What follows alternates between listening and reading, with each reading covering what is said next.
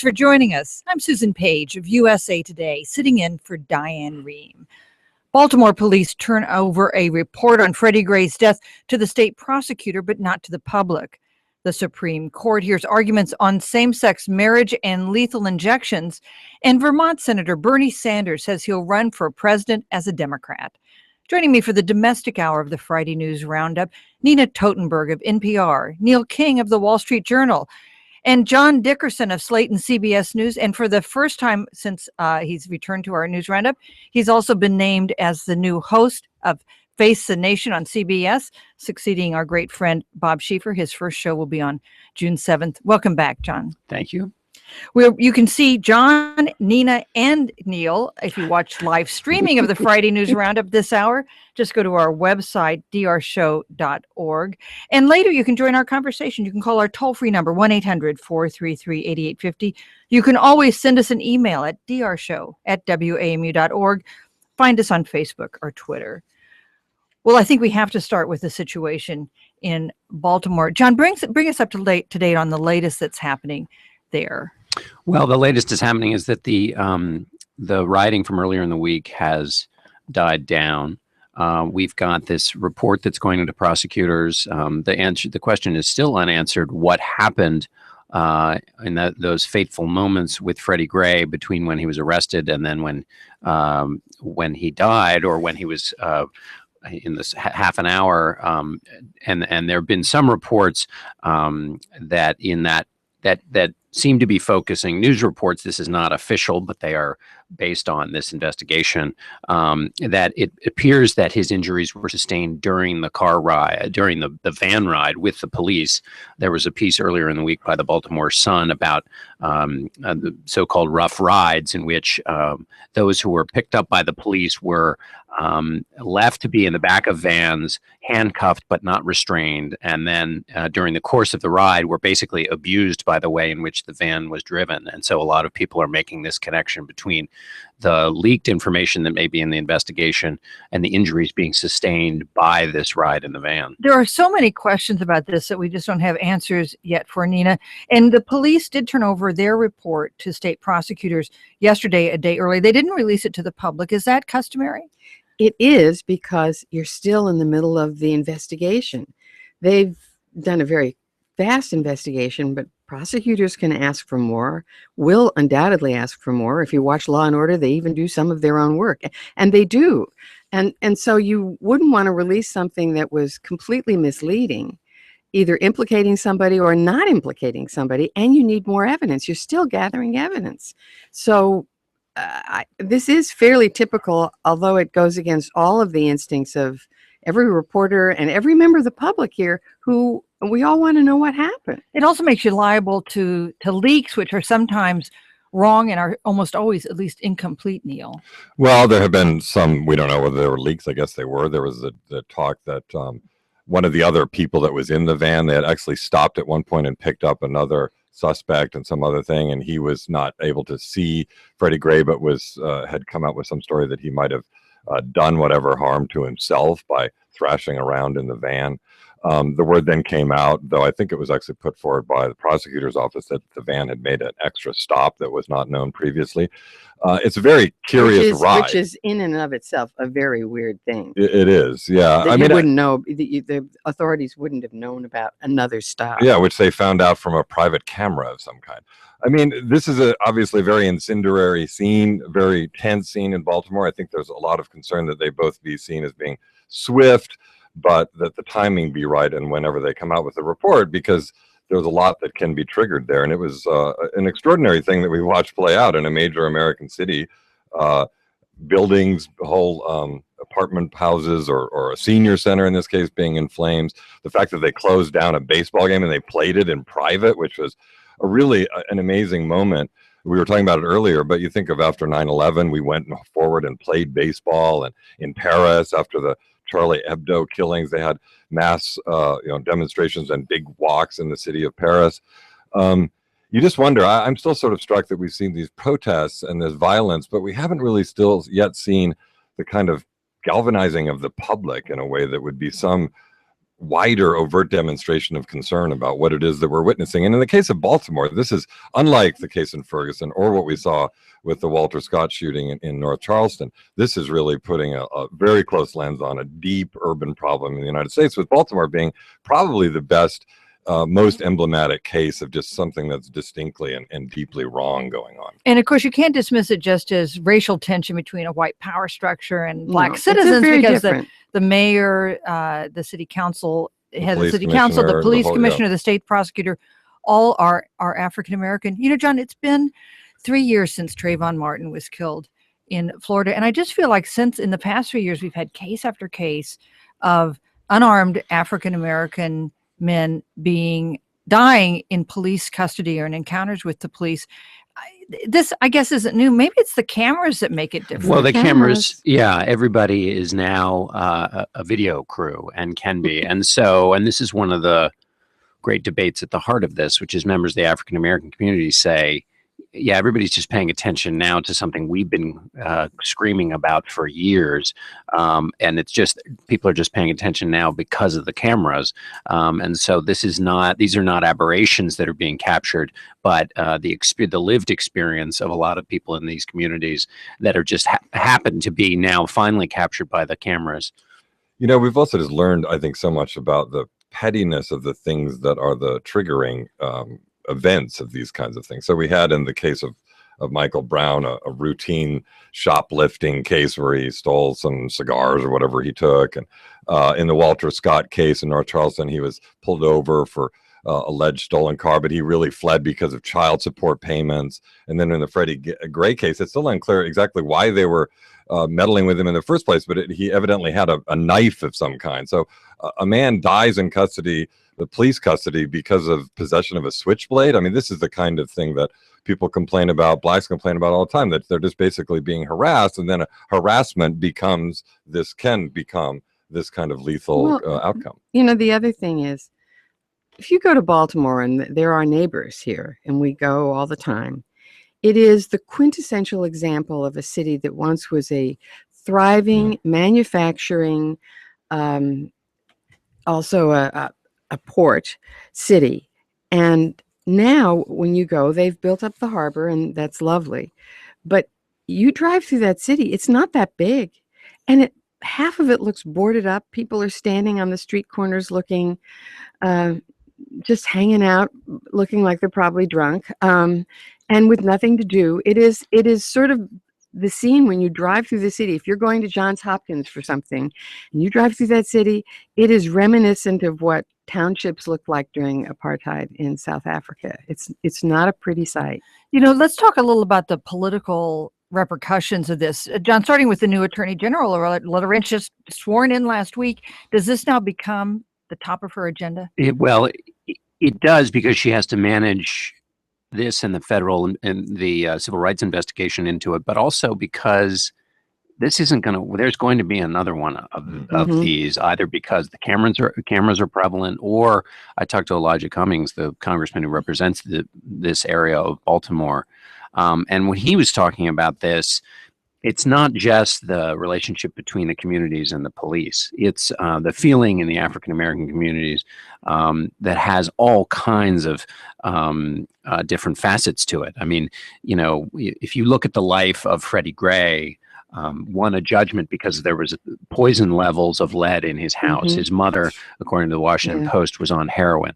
And he had, I think he was 4 years behind in the reading level when he was in school. And when you talk to Congressman Cummings, these are the other issues that, you know, we talked about the baseball game that was delayed and then played without an audience. You know, Camden Yards is kind of a monument to the inequality here between the people who can go to the game and the people who then live around it, who probably, you know, who may never have ever been to a baseball game because they can't afford to be in a baseball game. And then, so it gets to the inequality in American life as well. So all of those mushrooming issues are going to create another instance in which Loretta Lynch has to deal with what is a particularity of a specific community in this case, or these kinds of issues that are going to come up in other communities. This was one of her priorities already. She had said that. And it's interesting, she sent emissaries to Baltimore, both to the African-American community and to the cops, to say, I'm not going to, she doesn't want to get to be in this adversarial, she wants to do what Holder did without being quite so confrontational. And this is the kind of thing that starts to scramble a lot of wider politics too. I mean, you take, Jeb Bush started to jump in and said this points to the deficiencies in our welfare system. We need to education system, etc. And then you have like Rand Paul, which is a rather extraordinary moment where here's a person that got into the race. He very much has tried to found himself as like a conservative that really cares about issues of the inner city, about sentencing reform. And then he says on a radio show that he was on an Amtrak train going through Baltimore, and good thing it didn't stop there. I mean, really a kind of an amazing moment. And of course, this is a man who has made some efforts to reach out to African-American voters for Republicans. He has since suggested that was a mistake for him to have made that comment. We're going to take a short break. We have a lot of listeners in Baltimore, and we're sending our best wishes to them for a peaceful weekend. We'll be back in a few minutes. We'll talk about that big Supreme Court argument on same-sex marriage. Stay with us.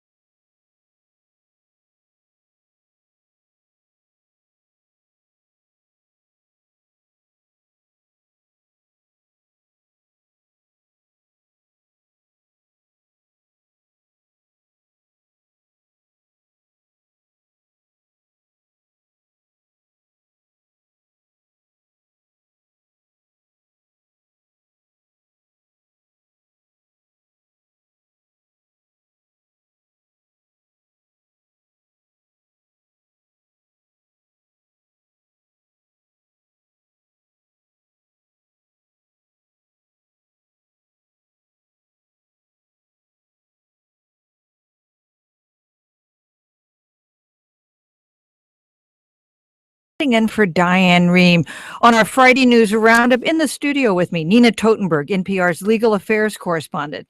Neil King Jr., he's global economics editor and deputy Washington bureau chief for the Wall Street Journal. And John Dickerson, chief political correspondent for Slate Magazine and political director of CBS News, set to take over the reins of CBS's Face the Nation with Bob Schieffer. They'll begin that new gig in June. We hope to take some phone calls. We're having a little trouble with the phones, so you might want to shoot us an email, drshow@wamu.org, or post a comment on Facebook or Twitter, and we'll hope to be able to take some phone calls later in this hour. Well, Nina, you were there in the court during these arguments on whether there is a constitutional right to marry. Just tell us what the scene was like. Well, it was not as tense, oddly enough, as the Obamacare case. But the place was packed. People had been sleeping outside for days since the weekend, since Friday, for a Tuesday argument. Even people and I saw a deputy assistant attorney general in the bar line. She had slept overnight to get in. So it was quite an amazing scene. And plaza on one side, there were Hasidic Jews praying, and on another side there were rainbow flags, and inside was this very spirited, somber argument broken up by a protester who started shouting that if you support gay marriage, you'll burn in hell. And it turns out he's done this before at the Supreme Court in an abortion case we didn't know that at the time, but he was such a loud screamer that we could hear him for like 2 minutes as the argument resumed. So it was quite, it was 2.5 hour argument.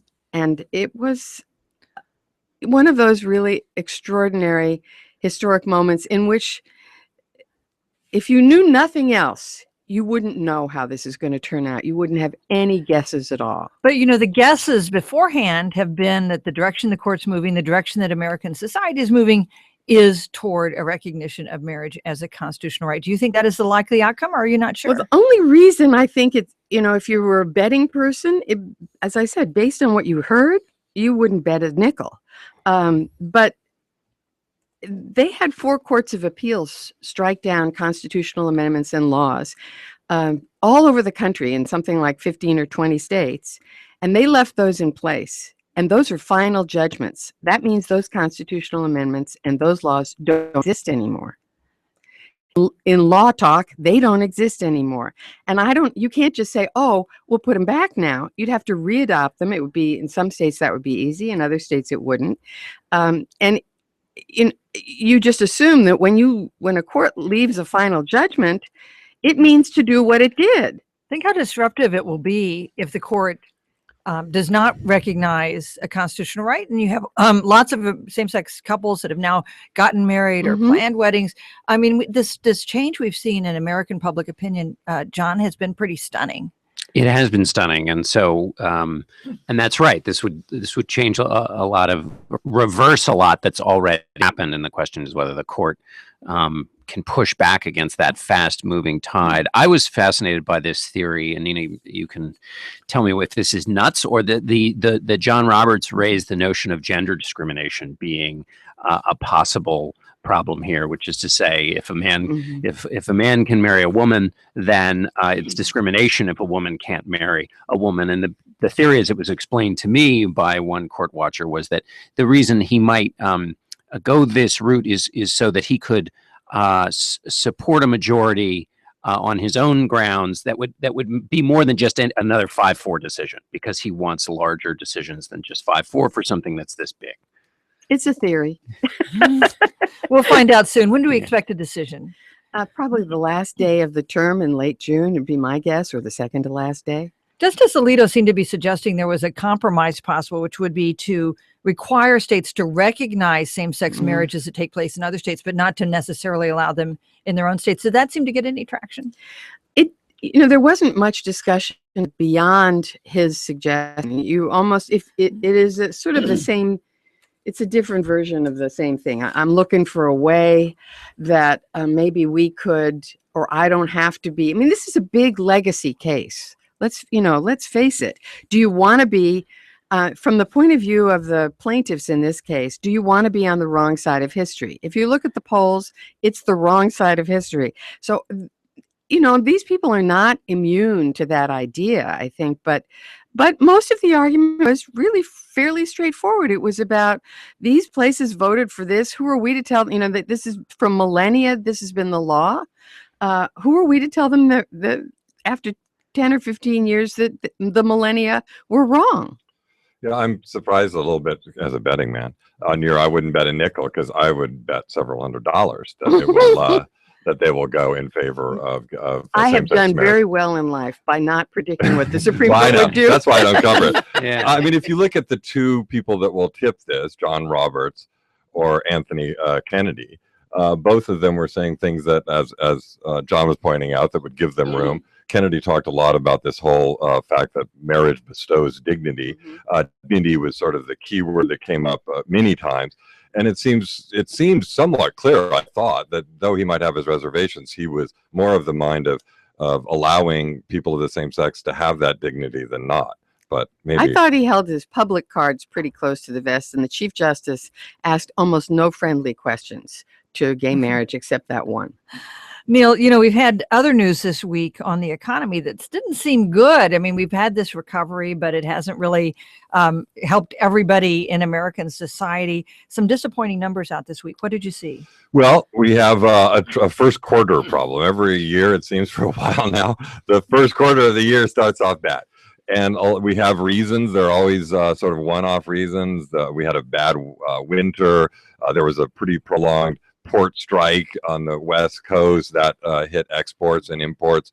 The dollar was a big factor, rising oil prices. So what we saw was exports were down, business investment was down. Overall, the economy barely grew at all, by just a tiny bit above zero. We saw this last year, almost the exact same number. The big shock last year was that when they went back and revised the numbers, we had then a really sharp drop in economic output in the first quarter. The debate now is whether we'll really see something like that. I kind of think we won't.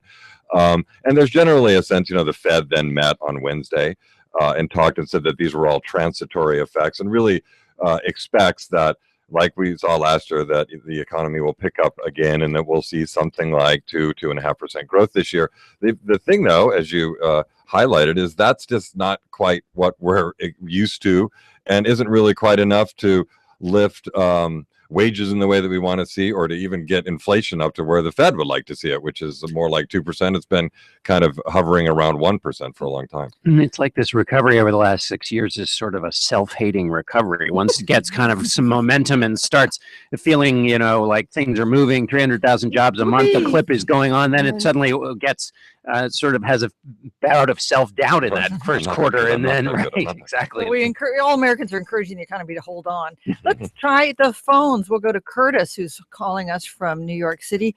Curtis, hi, you're on the air. Hi, Susan, and hi, panel.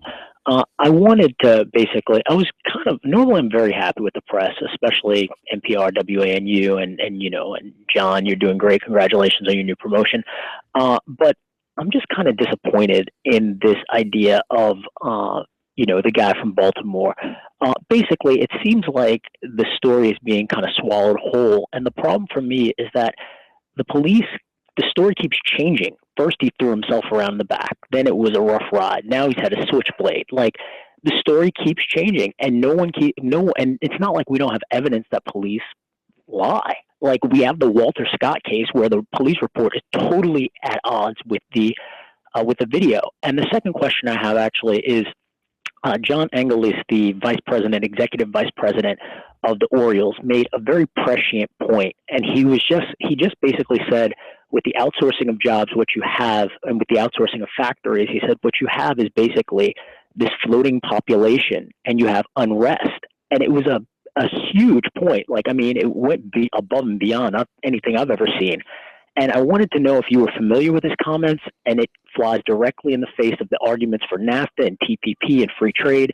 And he's tying these two disparate events and all of this civil unrest together.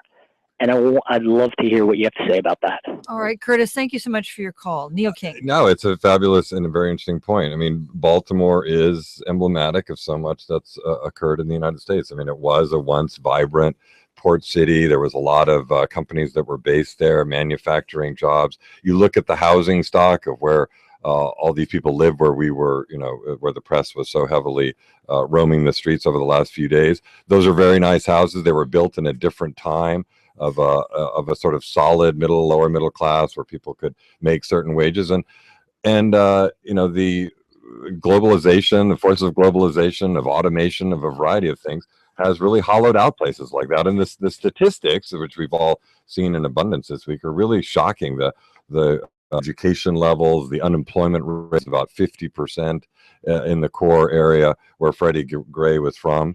So those forces are very vibrant there. And it's, we all talk about income inequality. This is sort of the poster child for income inequality, a city like Baltimore. Now, Curtis, you raised the issue of whether the police are not being held accountable. I would just say that I think we're waiting for more information. We haven't seen the police report. We haven't seen the coroner's report. I think that there is an inclination to hold the police accountable once we know more. We have a kind of related email making a similar point from Dan, who's writing us from Sacramento, and he wrote us, it's easy to blame the citizens for the rioting, but the real persons responsible for the damages done are the police officers who caused the injuries that led to Mr. Gray's death. The citizens were not waiting for another black man to die under suspicious circumstances, just the opposite. And the police, true to form, are withholding information to protect themselves. John, what do you think? Well, this is the balance that, lots of people would look at this and say there are laws in place that essentially protect the police in these instances, and then there's a culture in place that protects the police.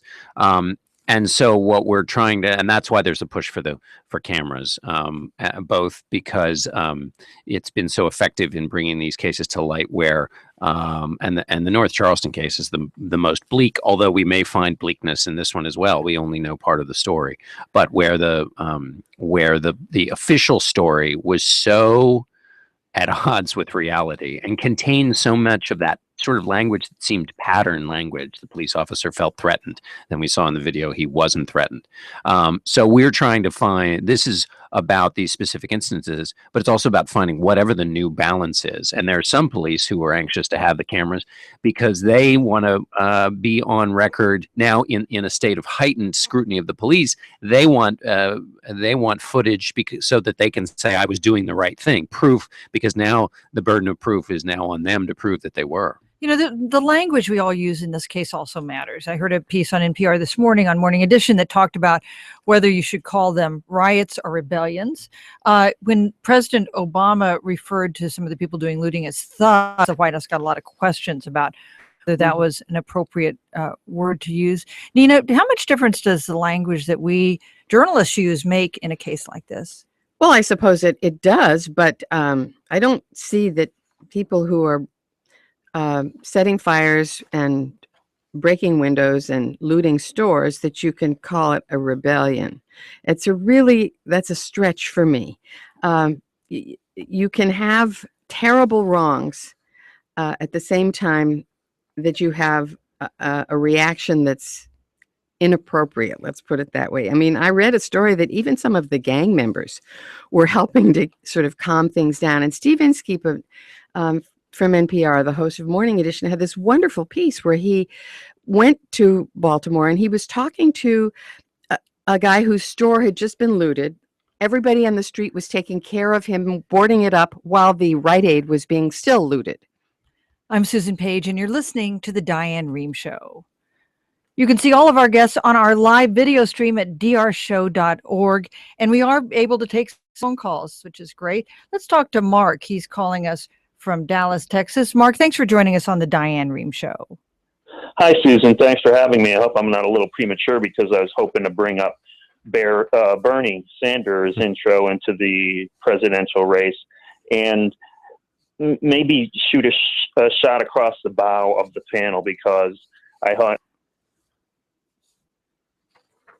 Mark, are you still there? Mark, I'm sorry, your call has somehow been dropped, not by us, because we're eager. It's not a conspiracy, honestly. We're eager to talk about Bernie Sanders. He entered the president. I've got to say, this is an unlikely presidential contender in some ways. 73 years old. He's not a Democrat. He calls himself a Democratic socialist. He says he's not going to become a Democrat for the purposes of this race, except in states where he has to do so. And yet, I agree with Mark that this is a candidacy we should take seriously, John. That's right. One of my favorite descriptions of him, written by one of my favorite political journalists, was his chaotic halo of thinning white hair. Susan, in your piece about him,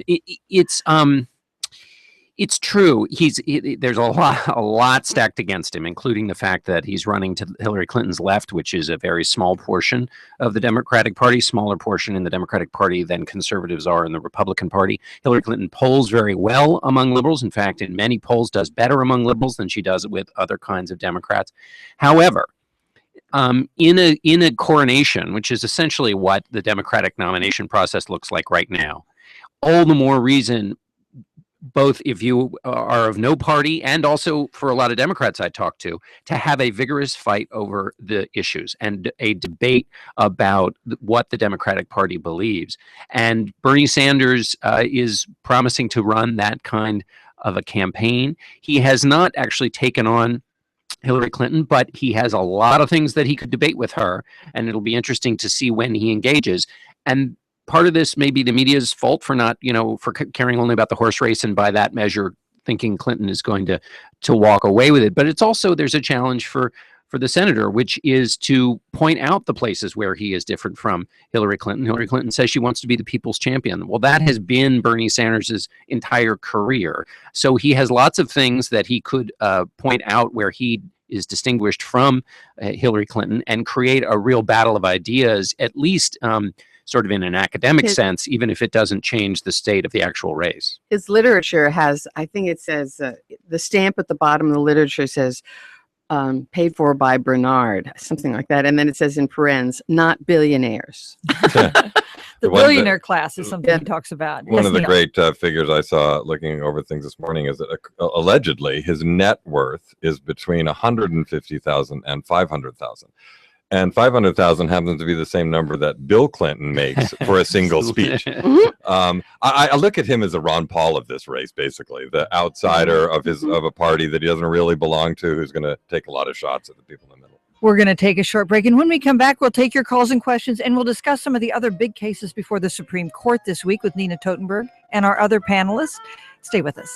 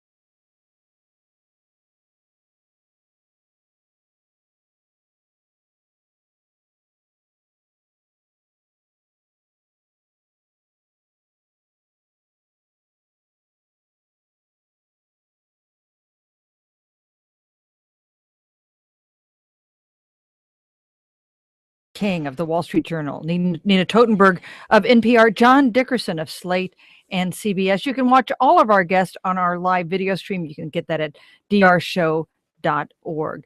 Well, Nina, we talked about the big gay marriage case before the court, but there was another important case involving the constitutionality of drugs used in lethal injections. What is the issue here? Well, the issue is that the drug cocktail that has been used since 1977 starts with a barbiturate, and the kind of anesthesia that you would get, sort of the kind of anesthesia that you would get when you have real surgery. And then you don't feel, the idea is you don't feel what would otherwise be very painful, the next two drugs.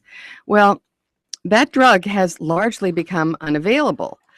Drug manufacturers, pharmacists, doctors' organizations, for ethical reasons, they have withdrawn it.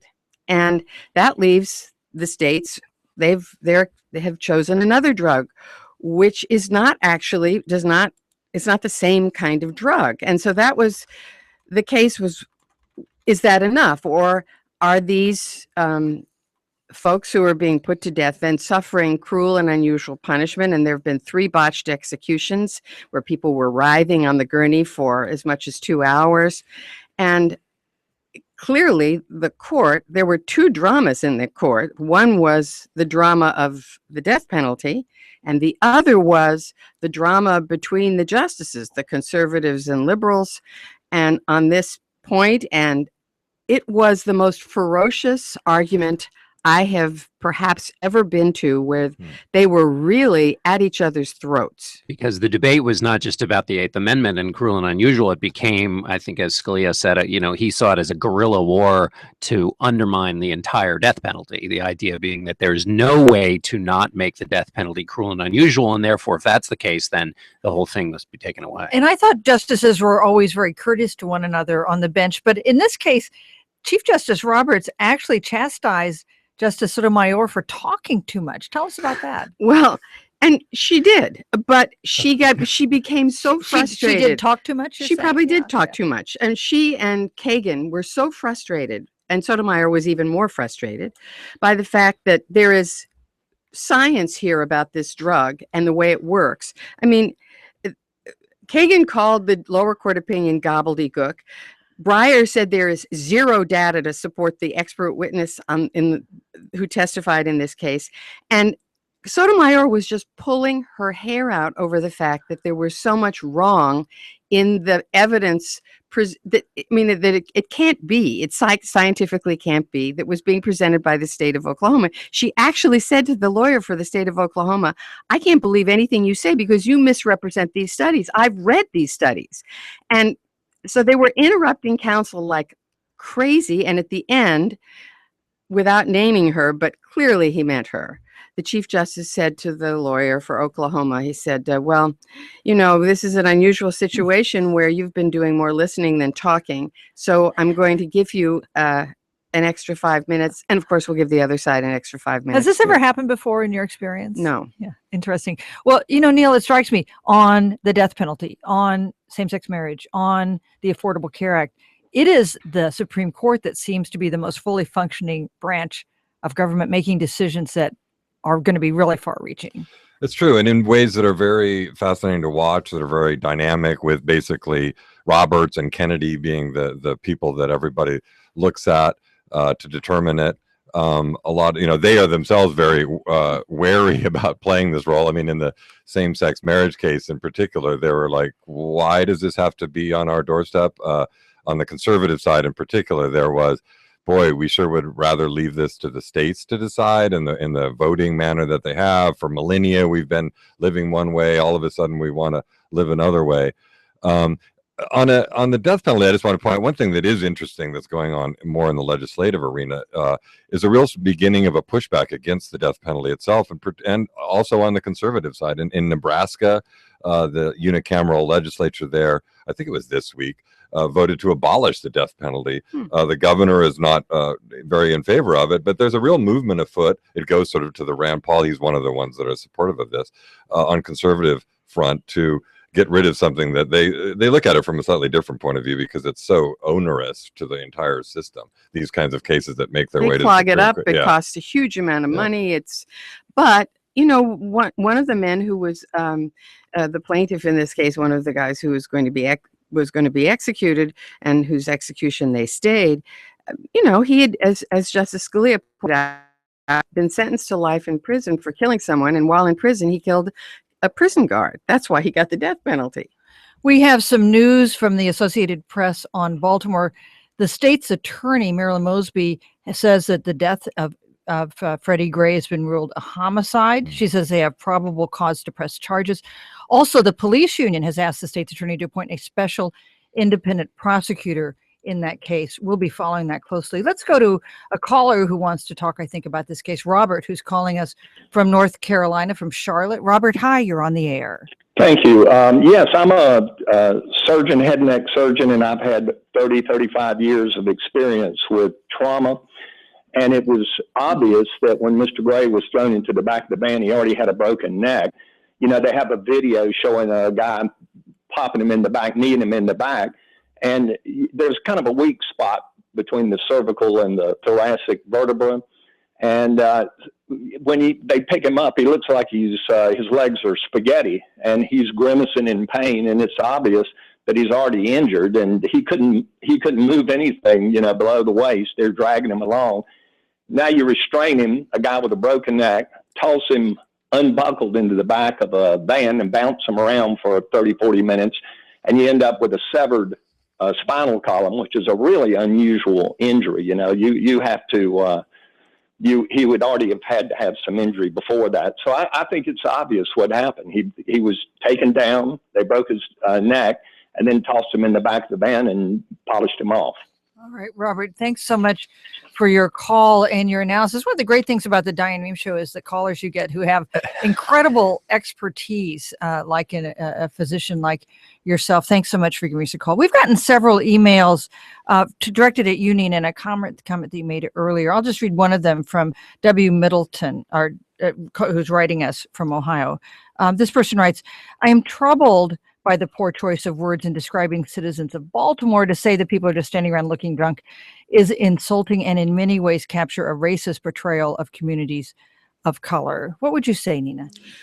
Well, I didn't have in mind any particular race. What I had in mind was people who obviously have no job, nothing to do, are standing on the corner, not fully functional. Perhaps I should have said not fully functional. And that's, you know, and that is the saddest thing in a country that prides itself on the ability to as a working country. We just talked to Robert, who brought us the expertise of a physician to our station. Let's go to Craig, who's calling us from Pasadena, Texas. Craig, I gather you're a former police officer. I was a former police officer. I actually went after corruption and ended up in federal court myself, and was looking at jail for 20-something years. And I was fighting, and actually I'm very nervous to even talk about that now, because a lot of the people that I went after, somehow or another, even with some of the evidence that I had on them, maintained positions of authority, and they have them today. So I won't go too far into that, because that's not far from where I live. But what I will say is, I understand that police officers can be very questionable in their activities, but what do we do with these criminals? Do we just let them run from us? What we need to do is train police officers to be probably better communicators. But when we're dealing with habitual criminals, where's the answer? 14, 15, 20, 30 arrests. I had to deal with people like that. You get tired of it, and nothing seems to get done. Now, that's one thing I'll say. Now, let's talk about something, and I want all your opinion on this. Education is the problem. I tell my own daughter right now, go to school, study hard, because you're going to have to take care of the people who sit in school all day and do nothing. Now, okay, Craig, thanks so much for your call. Nina? Well, police departments have rules about this. And unless you're a danger to yourself or the police officer or other people, if you run, the police can run and catch up with you. But if they can't catch up with you, they can't just shoot you. That's not considered. And even if you had a switchblade that they took away from you, I mean, it's not a capital offense. You know, Neil, this case has focused some attention on Martin O'Malley, who has been expressed some interest in running for the Democratic nomination, former governor of Maryland and also mayor of Baltimore, and some of the practices that he had the police force use while he was mayor. Tell us about that. You know, for a lot of listeners, I'm sure that there are a lot of fans of The Wire out there, and though The Wire was anything but a documentary, the great HBO series by David Simon, it all the same was based loosely on Martin O'Malley's time as mayor. And you know, Martin O'Malley was a strong purveyor of a kind of aggressive policing, broken window strategy that was big at the time to go after this kind of urban decay and urban criminality that was really a problem, particularly in Baltimore. So it was extremely aggressive, arresting a lot of people without probable cause, cracking down, sort of speaking of corners, they would basically come and just grab people off of the famous corners of Baltimore. And he used that, both that he was strong on policing and look at how the crime rate went down, to launch his gubernatorial campaign, and he became the governor. And, you know, depending on how you look at it, a fairly successful one. He's now looking at running in 2016. This complicates, to say the least, his narrative. Because speaking of David Simon, he had a really savage interview this week where he was basically accusing O'Malley of being the heart of the problem that we're now seeing manifest in Baltimore. And then O'Malley came out and gave an interview to the New York Times where he said he engaged in no aggressive policing at all. But, you know, will he run? Will he get a foothold? He's a long shot, to say the least. But part of his story, his rise was, I became mayor of this city, a troubled city. I made it a better city. I became governor, and then I did all these other things for the entire state of Maryland. I think it makes it more difficult. The policy conflict here is, on the one hand, the Martin O'Malley view was, if you arrest people for doing the small things, the broken window ideas, if there are no broken windows, it doesn't lead to a kind of mushrooming of violence and bad behavior. So get it, sort of nip the violence in the butt. What we're hearing now from a lot of these communities, though, is that approach encased people in this sense of violence and confrontation that was like a pressure cooker that's now exploding. I'm Susan Page, and you're listening to the Diane Rehm Show. We have a caller, Kathy, who takes me to account because I mentioned Trayvon Martin. She notes, why is he always brought up? He wasn't killed by police. That's true, and I apologize for that error. He was not killed by police. That's not an example of that. You know, one of the people, when we're talking about 2016, who's been affected by this development is Hillary Clinton, who has talked in a way that really seems to distance herself from the 1994 crime bill that her husband signed as president. That was a kind of a tough on crime bill. She's now said in a big speech, really her first serious policy speech since she announced her candidacy, that we have to end the era of mass incarceration. You know, the numbers of people who are incarcerated in this country is staggering, and it affects their lives forever after. Even if they're only there for 30 days, it follows them forever in terms of their employment. But we do have to recognize that in the late 1980s and 1990s, the crack epidemic was just scaring people to death because it was ravaging communities. Absolutely ravaging them. And starting in the Reagan and first Bush administration, the first President Bush administration, the idea was lock people up for a very long time, even if they have a relatively minor role, and get these people off the street so that we can just tamp this down and get this under control. Well, it just didn't, it didn't, you know, you could say that it worked for a while, but then it didn't work anymore.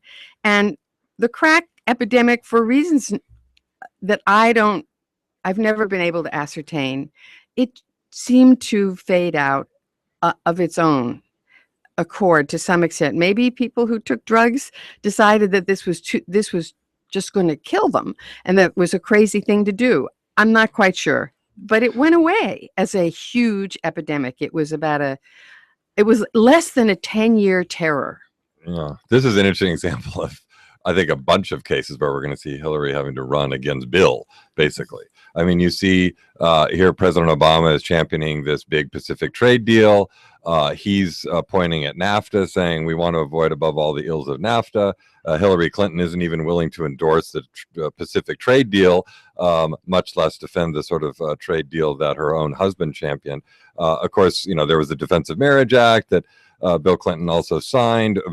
I guess in part it highlights how dramatically long ago and different that time was. Mm-hmm. There are just so many issues that we've just moved on. But I'm told that she actually opposed doing the NAFTA fight when they did it.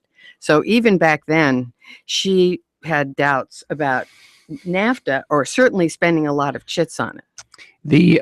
What's interesting also, just from a political standpoint, is that she rushed to the microphones to offer a policy solution to a burning issue. We talked earlier about some of the difficulty Republican candidates had with coming up with the words of the moment. And our presidential campaigns are rightly derided. But this was, and particularly the way that Hillary Clinton has been basically running from behind bulletproof glass so far since announcing her presidency, unavailable to the press, not really saying anything that would cause any kind of mild abrasions. But this was an attempt to actually offer a policy solution to a thing that was happening in the moment, which is a real difference in the way she's run her campaign. And, you know, she'd much rather talk about that than talk about the fundraising for the Clinton Foundation. Much the rather subject talk of about that. Stories, a variety of stories that raised questions about whether foreign governments and businesses tried to curry favor with her as Secretary of State by contributing to the Clinton Foundation. Is this a real scandal, Neil, do you think, or is it just something that her opponents have cooked up? Whether it really is a scandal or whether it just feels like a scandal is the question, I suppose. But for most people, most voters, they see these out of the corner of their eye, and if it feels bad, if it has that sense of impropriety about it, which this distinctly does, that in itself can be very damaging, particularly as it continues to drip and roll forward. And the New York Times and others had these incredible stories about the whole uranium thing that the Clinton Foundation Bill Clinton was sort of part of, and so it's difficult. It'll go on and on for her. And we'll just close with breaking news from the Associated Press. The state's attorney has charged all 6 officers in Freddie Gray's police custody, charges against them in the death of Freddie Gray. Well, that's all the time we have for the first hour of our news roundup. We're glad to be joined this hour by Nina Totenberg of NPR, Neil King Jr. of the Wall Street Journal, John Dickerson of Slate and CBS. Thanks so much for being with us this hour. I'm Susan Page of USA Today, sitting in for Diane Rehm. Thanks for listening. The Diane Rehm Show is produced by Sam Inkert, Denise Couture, Susan